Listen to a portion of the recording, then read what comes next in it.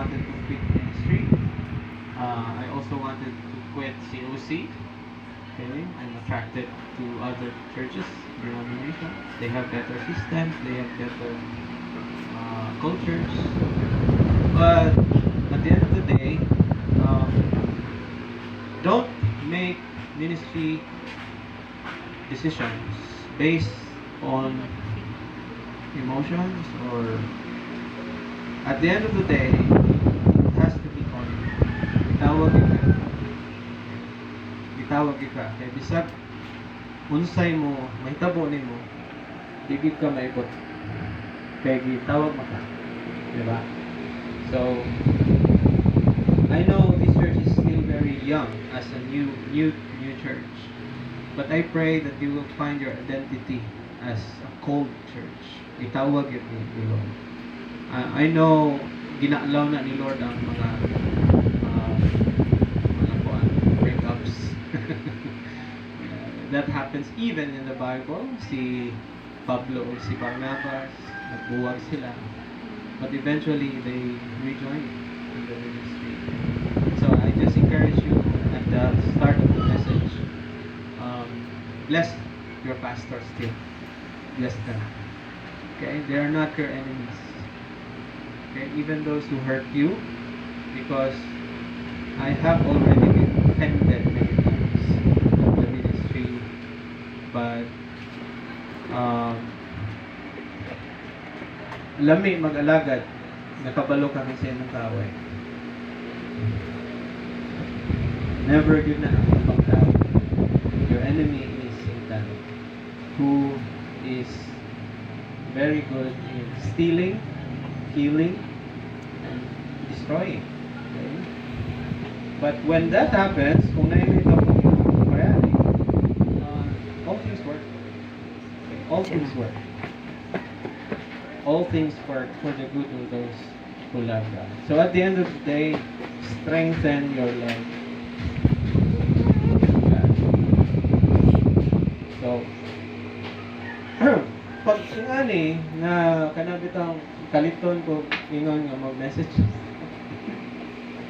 ang criteria ra gid akong pangutanon, what should be my last message? Okay, if I have only one chance na mag-message, unsa man na siya? So, natuta sa Matthew 6:8 to Matthew 6:8. 10. Familiar ta ani, gihimo na ganin siyang kanta sa uban. Our Father who art in heaven. Prayer. Matthew 6:8 Ba yan? to 10.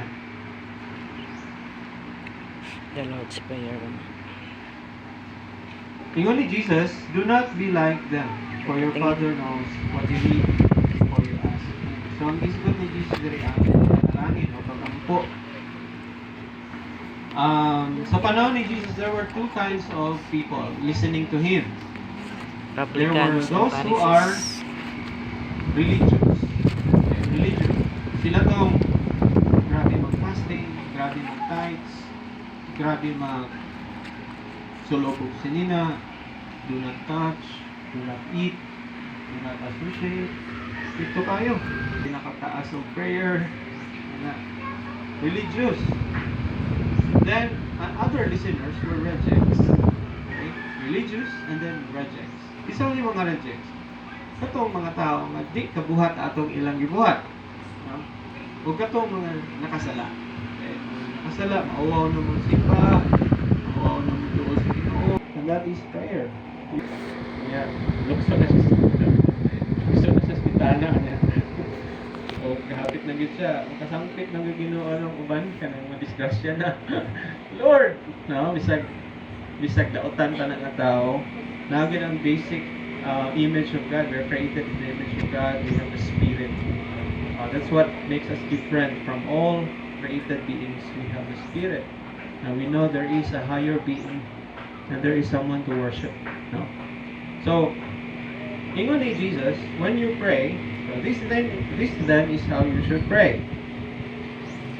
Tulo lang ka points ang atong message this morning. Ingon niya, Our Father in heaven, hallowed be your name. Actually, isang verse lang yun ang atong message karong buntag. Our Father in heaven, hallowed be your name. There are three truths that we should remember every day, every moment of our life. Okay? Una, when we pray or when we relate with God, we must remember the words, Our Father. Our Father. That means God's grace. Ang grasya ni Lord. So, tulo ka, G. God's grace. Ang grasya ni Lord para kanato na nahimong mga magtotoo. We know that our being believers is by the grace of God. Nobody was saved without hearing the Word of God. Naluwas ba ka sa imong pagpaningkamo? No. Either nag-invite mo, na nag-share sa Bible study, na ay naghatag sa imong tracts, okay, na ay mga nangaluwas, na ako'y friend, na taga Netherlands, nag-check-in siya sa Bohol. Hindi siya tubig siya. Check-in siya sa Bohol, lalaki ni siya, foreigner, na may Bible sa room. Ganda na mga Gideon sa mga Bible. Ibasa niya.